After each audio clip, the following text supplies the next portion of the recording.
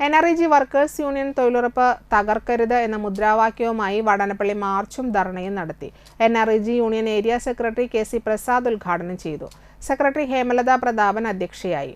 Seena Haridas, CPM Vadanappally local committee secretary VA Shajuddeen, Abdul Jabbar എന്നിവർ സംസാരിച്ചു. 600 രൂപ കൂലിയായി ഉയർത്തുക, 200 തൊഴിൽ ദിനങ്ങൾ നൽകുക, അപ്രായോഗികമായ ജിയോ ടാഗ് പിൻവലിക്കുക, തൊഴിലാളികളുടെ തൊഴിൽ സമയം 9 മുതൽ വൈകിട്ട് 4 വരെ ആക്കുക തുടങ്ങിയ ആവശ്യങ്ങൾ ഉന്നയിച്ചായിരുന്നു ധർണ. അങ്ങനെ 125 200 ദിവസവും പണി ചെയ്ത ഈ തൊഴിലാളികൾ ഇപ്പൊ പണിയെടുക്കാൻ പോകുന്നത് എത്ര ദിവസമാണെന്നറിയോ? 24 ദിവസം പോലും ഈ തൊഴിലാളികൾക്ക് പണി കിട്ടില്ല. ഇപ്പൊ എന്താണ് പണി നടക്കുന്നത് കേരളത്തിൽ? ഈ വാടാനപ്പള്ളിയിൽ എന്താണ് പണി നടക്കുന്നത്?